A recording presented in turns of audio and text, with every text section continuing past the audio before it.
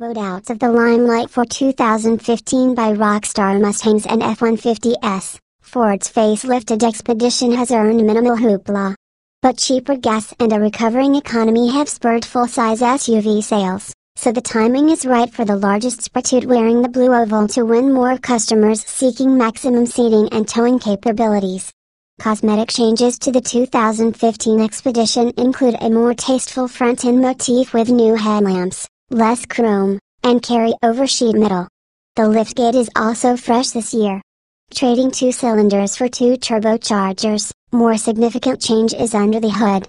Forging ahead with EcoBoost technology, Ford has retired the Expedition's V8 and replaced it with a twin-turbocharged, direct-injected 3.5-liter DOC V6.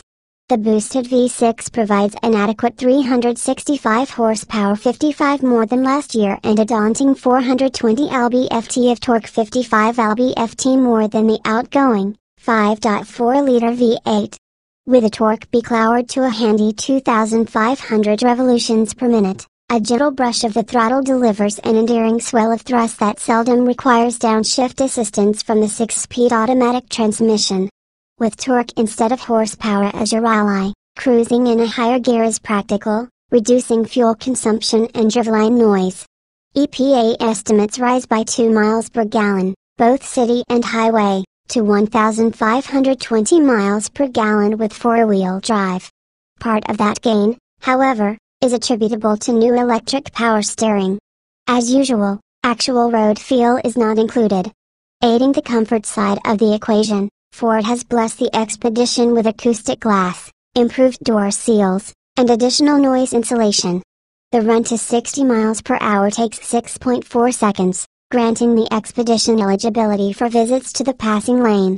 Hitched to a 26-foot, 7,000-pound load, a ski boat on a trailer, this husky hauler demonstrated an affinity for towing. It yanked that heavy load with effortless ease.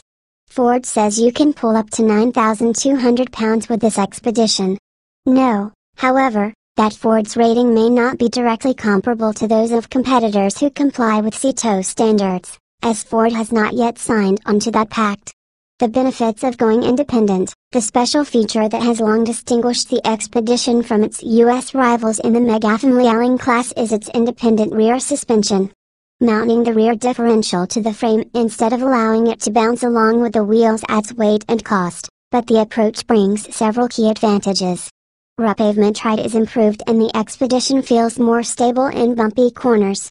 But the biggest gain over a live axle is superior packaging. This vehicle's floor, frame, and fuel tank can be nested more tightly, yielding more seating and cargo space.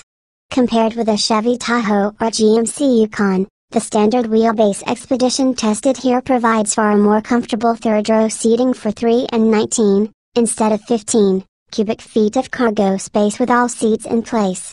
Expeditions are offered in regular 119.0-inch and extra-long 131.0-inch wheelbases. Both versions overfill traffic lean with 91.8 inches of width including mirrors and stand 77.2 inches tall. Those who enjoy command seating will appreciate the toe-step climb aboard, facilitated by power-operated running boards that neatly retract into the body sills. There are, however, downsides with this equipment. The steps occasionally inflict shin bruises, and they can stain trousers because dirt deposits are not flushed during trips through the car. Washington and fixing this hardware is sure to be expensive if a malfunction occurs out of warranty. Trim choices have been augmented this year, with the Platinum we tested here added above the previous XLT, Limited, and King Ranch equipment levels. Perforated, French-stitched leather is part of the Platinum package in a choice of 2 colors, Brunello Think Red Wine and Ebony. Both include gradient accent strips. While the hide is lovely to touch and these seats are heated and cooled for year-round comfort, there are still vast tracts of rock-hard plastic on the dash, console, and door panels. That's disappointing in a version that starts near $60,000 and a flaw not usually found in the grand import SUVs Infiniti QX80, Lexus Cel X570, Mercedes-Benz GL, Toyota Sequoia. Our test Ute's 3 rows of seats provided impressive room and comfort for 8 adults and a load floor large enough to tote 4x8-foot sheets of building materials carried flat but with a hatch ajar. Maximizing hauling space involves a toss-step fold and drop procedure for the split, second row chairs. While that's not difficult, most children lack the strength and know how to return the whole perch from cargo mode to the regular seating position. The solution would be to provide power assistance for the second row, similar to what is included for folding the third row seatbacks. Tech 2.0. One area where the Expedition surges ahead of its traditional rivals is in electronic technology. Twin 4.2-inch color displays fill the instrument cluster with a selectable set of information ranging far beyond road and engine speed and fuel-related data. The 8.0-inch screen centered on the dash above the console is programmed with an improved version of Sync with My Ford Touch. Conventional volume and tuning knobs are provided, and overall operation is significantly better than the version Ford foisted on customers 4 years ago. One remaining gripe is that screen touch points are still too small to hit accurately when the Expedition is on the move.